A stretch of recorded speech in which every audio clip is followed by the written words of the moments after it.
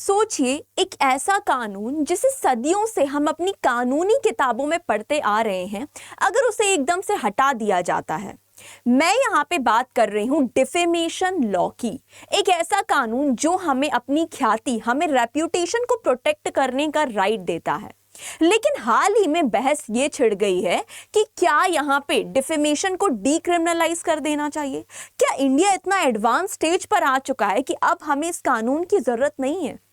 तो आइए हम इस सेशन में देखते हैं और पूरा एनालिसिस करते हैं कि क्या इंडिया वाकई में रेडी है डिफेमेशन लॉ को डीक्रिमिनलाइज करने के लिए।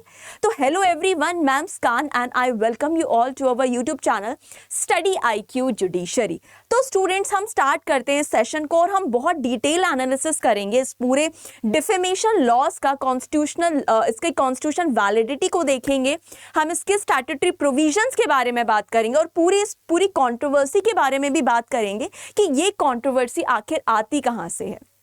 तो चलिए, and before that this is my Telegram channel Muskan ma'am study IQ judiciary. तो अभी तक आप नहीं जुड़े हैं तो जुड़ जाइए, क्योंकि इन सेशंस की PDF आपको मिलेगी और साथ ही साथ आपको मेरी गाइडेंस भी यहाँ पर मिलेगी।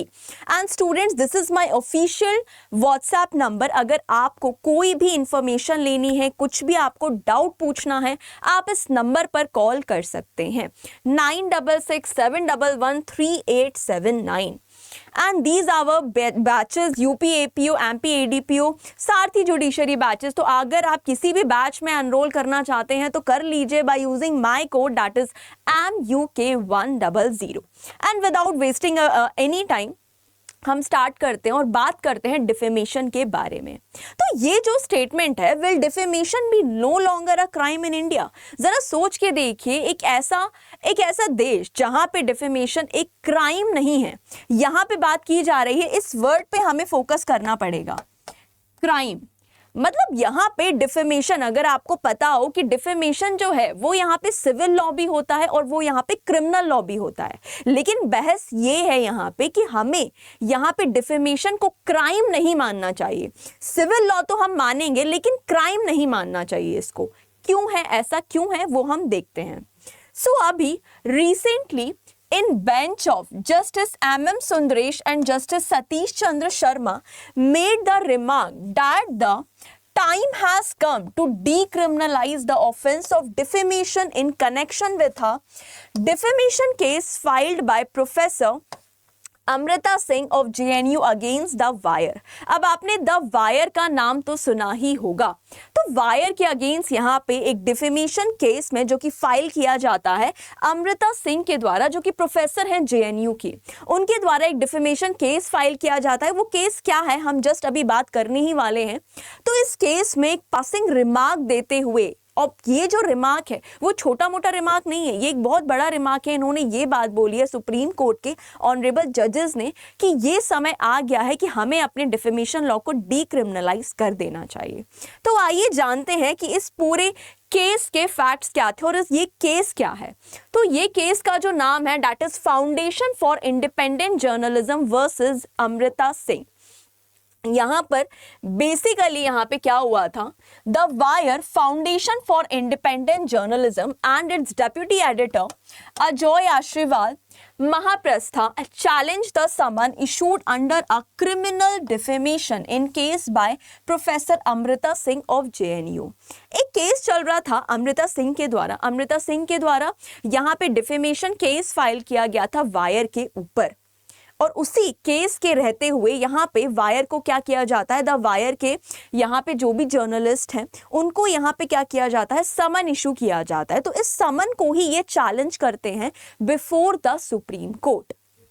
अब ये मामला क्या था, ये पूरा केस अराइज कहां से होता है। The case arises from an article published in the April 2016 की बात है। ये title dossier calls JNU den of organized sex racket, students professors allege the hate campaign।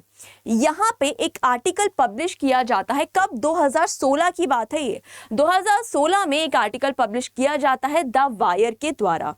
अब यहाँ पे ये जो आर्टिकल है ये पब्लिश किया जाता है तो यहाँ पे ये जो पूरा टाइटल था, इस पूरे आर्टिकल का जो टाइटल था, that was dossier calls JNU den of organise sex racket. मतलब यहाँ पे इन्होंने एक तरीके से हाईलाइट किया था किसको, प्रोफेसर अमृता सिंह को यहाँ पे हाईलाइट करते हुए इन्होंने ये बोला कि जेएनयू जो है वो एक तरीके से क्या बन चुका है, सेक्स रैकेट बन चुका है यहाँ पे।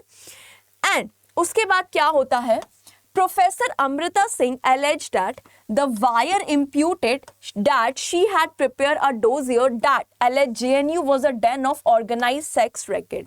और यहाँ पे जो प्रोफेसर अमृता सिंह थी उन्होंने एलिगेशंस लगाए द वायर के ऊपर। उन्होंने ये कहा कि इन्होंने मेरे ऊपर इस तरीके से गलत यहाँ पर इम्प्यूटेशंस लगाए हैं, गलत यहाँ पर एलिगेशंस लगाए हैं कि मैंने ये डोजियर को प्रिपेयर किया है, जो कि यहाँ पे ये बता रहा है कि JNU जो है वो एक तरीके से एक सेक्स रैकेट बन चुका है। तो यहाँ पे इन्होंने क्लेम किया, she claims the article attributed this to her without verification harming her reputation. इन्होंने बोला कि यहाँ पे आपने एक ऐसा आर्टिकल छाप दिया है बिना वेरिफिकेशन के, आपने यहाँ पे कोई वेरिफिकेशन नहीं किया है, इसके पीछे कोई एग्जामिनेशन नहीं किया है, आपके पास कोई सॉलिड एविडेंस नहीं है, तो आप कैसे इस तरीके का आर्टिकल छाप सकते हैं जो मेरी रेप्यूटेशन को यहाँ पर खराब कर रहा है। फिर उसके बाद initial summons were issued in 2017 by a metropolitan court. फिर यहाँ पे इसी डिफेमेशन मामले में यहाँ पे समन इशू किया जाता है वायर को 2017 में। फिर उसके बाद दिल्ली हाई कोर्ट पहुंचता है ये मामला। Delhi high court in 2023 quashed them but the supreme Court reversed that order in 2024 and remanded to magistrate for fresh consideration। Delhi high court के द्वारा तो ये जो पूरा मामला है वो क्वेश कर दिया जाता है, लेकिन अगेन सुप्रीम कोर्ट रिवर्स कर देता है इस ऑर्डर को और उसके बाद फ्रेश समन इशू करने का यहाँ पे ऑर्डर पास किया जाता है।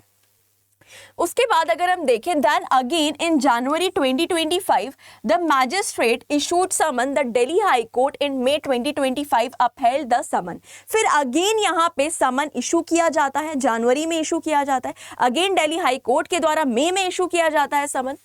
तो इसके अगेंस्ट ही the Wire has now approach the supreme court to quash the latest summons. और इसी के चलते हुए वायर अल्टीमेटली कहां पे पहुंच गया है, सुप्रीम कोर्ट में, कि जो भी अभी तक समन यहां पे इशू किए गए हैं, जो भी लेटेस्ट समन इशूड हैं हमारे अगेंस्ट, उससे यहां पे क्या किया जाए, क्वेश किया जाए। क्योंकि जो न्यू क्रिमिनल लॉ है, अब हमारे यहाँ पे न्यू क्रिमिनल लॉज आ चुके हैं, दैट इज BNS IPC आ गया है। तो इनका एक तरीके से ये भी कहना था कि भाई अब यहाँ पे न्यू क्रिमिनल लॉ लगने चाहिए, अब यहाँ पे हर चीज यहाँ पे उसके अकॉर्डिंग होनी चाहिए। लेकिन ये कंप्लेन तो ऑलरेडी 2016 में फाइल हो चुकी थी। उसके बाद during the hearing justice MM Sundresh commented, I think time has come to decriminalize all this। तो इन्होंने ही एक पासिंग रेफरेंस में बोला कि टाइम आ चुका है डिफेमेशन को डीक्रिमिनलाइज करने का। लीगल प्रोविजंस की जब हम बात करते हैं कि अब जो डिफेमेशन का नेचर है, that is it is a crime also, it is a tort also. क्योंकि हम यहाँ पे देखते हैं, देखो अब यहाँ पे ये पासिंग रिमार्क क्यों दिया गया, क्योंकि हम यहाँ पे देखते हैं कि जो डिफेमेशन है और एक तरीके से फ्री स्पीच है, इन दोनों में ही हम हमेशा कॉन्ट्रास्ट देखते रहते हैं। एक तरफ तो हमारा राइट टू रेपुटेशन है और दूसरी तरफ हमारा फ्री स्पीच भी है। तो इन दोनों को बैलेंस कैसे किया जाए, और हम ऐसे देखते आ रहे हैं कि काफी लोग यहाँ पे डिफेमेशन को मिसयूज करने लगे हैं, जिसके लिए हमने डाला था यहाँ पे, अब उसका मिसयूज होने लगा है। तो इसी कॉन्टेक्स्ट में यहाँ पे ये स्टेटमेंट पास की गई। अब अगर हम इसके क्रिमिनल प्रोविजंस देखें या सिविल प्रोविजंस देखें कि ये कहाँ पर दिया गया है, तो हमारा जो भारतीय न्याय संहिता है उसका सेक्शन नंबर 356, पहले तो आईपीसी में था ये 499, 500, 501, 502, 4 प्रोविजन थे जो आईपीसी के, जो डील करते थे डिफेमेशन के लॉस से।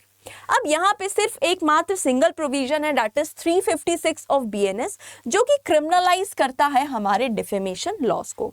ज्यादा कुछ मेजर चेंज हमें देखने नहीं मिला है BNS और IPC के प्रोविजंस में इन रिलेशन टू डिफेमेशन। अब एक बार हम देखते हैं कि डिफेमेशन होता क्या है।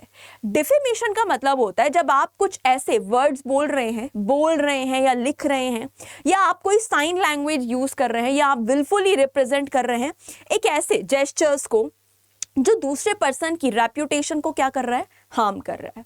और ये जो आप बोल रहे हो, लिख रहे हो, ये क्या होना चाहिए, ये पब्लिश होना चाहिए। मतलब अगर 2-3 लोगों को यहाँ पे पता चल रहा है कि भाई ऐसी चीज हमने बोली है, कही है या लिखी है, तो वहां पे अगर उस सामने वाले पर्सन की रेप्यूटेशन खराब हो रही है, तो ये क्या बन जाएगा, यही आपका है डिफेमेशन। इसी को बोला जाता है defamation. Whoever by words either spoken or intended to be read or by sign or by visible representation make or publish any imputation concerning any person intending to harm or knowing or having reason to believe that such imputation will harm the reputation। अब अगर जानबूझ के हम कोई ऐसे लांछन लगा रहे हैं, कोई ऐसे एलिगेशंस लगा रहे हैं, कोई ऐसे इम्प्यूटेशंस लगा रहे हैं जो सामने वाली पर्सन की रेपुटेशन को खराब कर रहा है in the eyes of third person, तो उसको हम क्या कहते हैं? डिफेमेशन कहते हैं।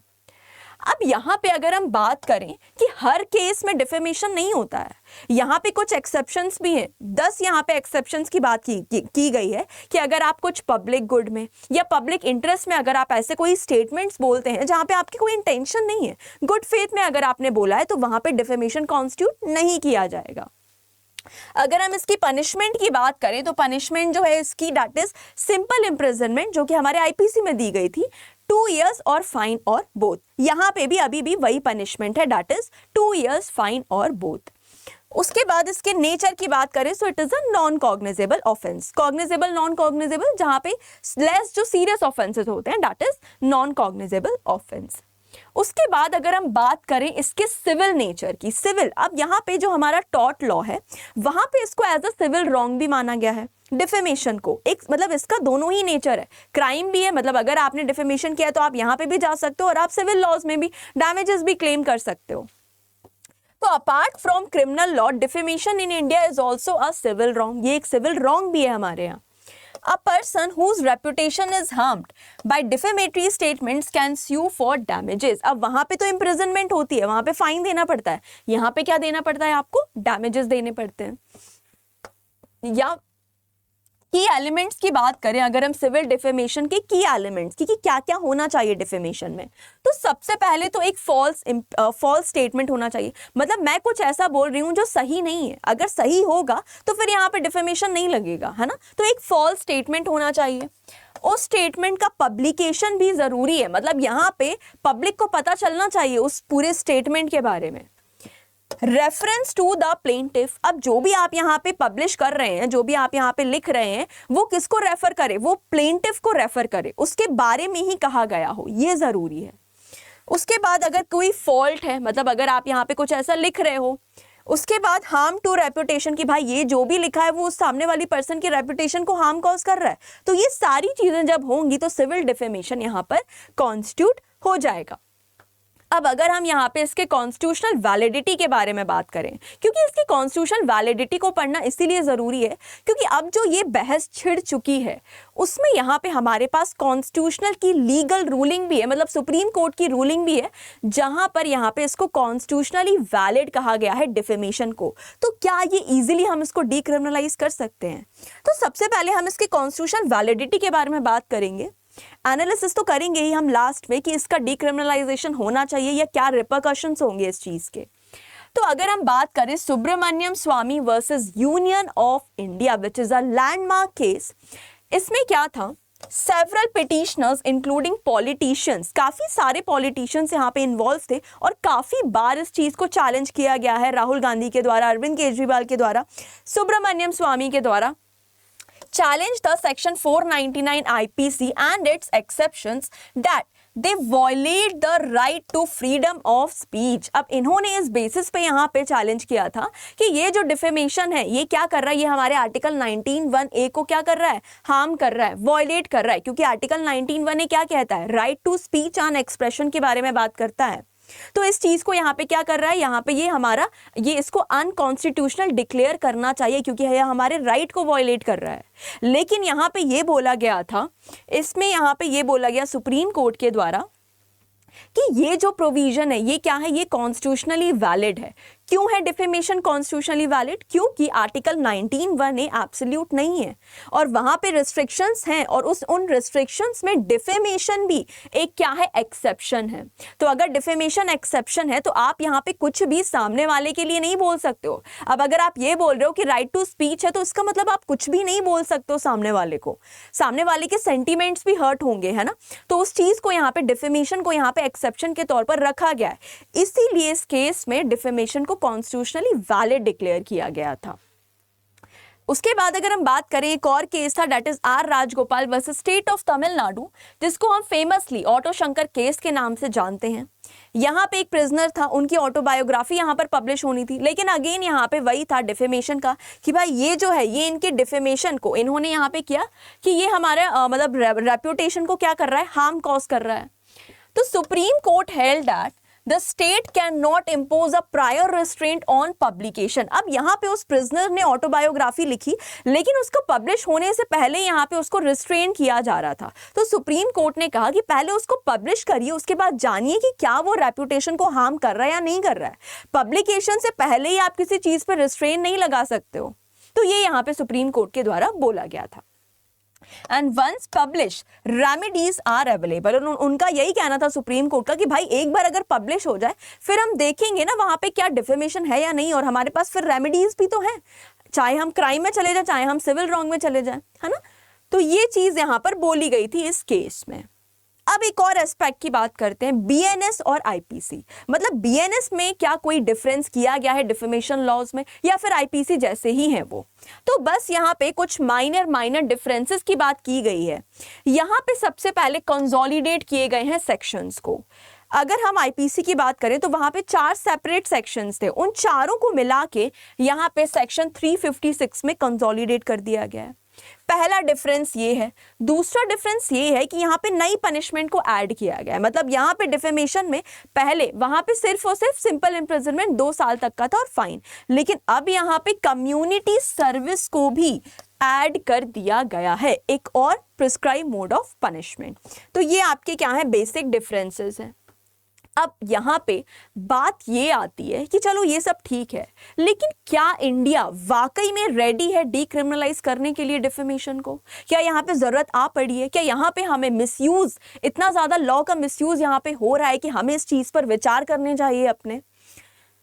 तो यहाँ पे अगर हम कुछ पॉइंट्स की बात भी करते हैं कि अगर हम जाते हैं, चलो अगर हम डीक्रिमिनलाइजेशन के बारे में सोचते हैं यहाँ पे, तो फ्री स्पीच एक कंसर्न है।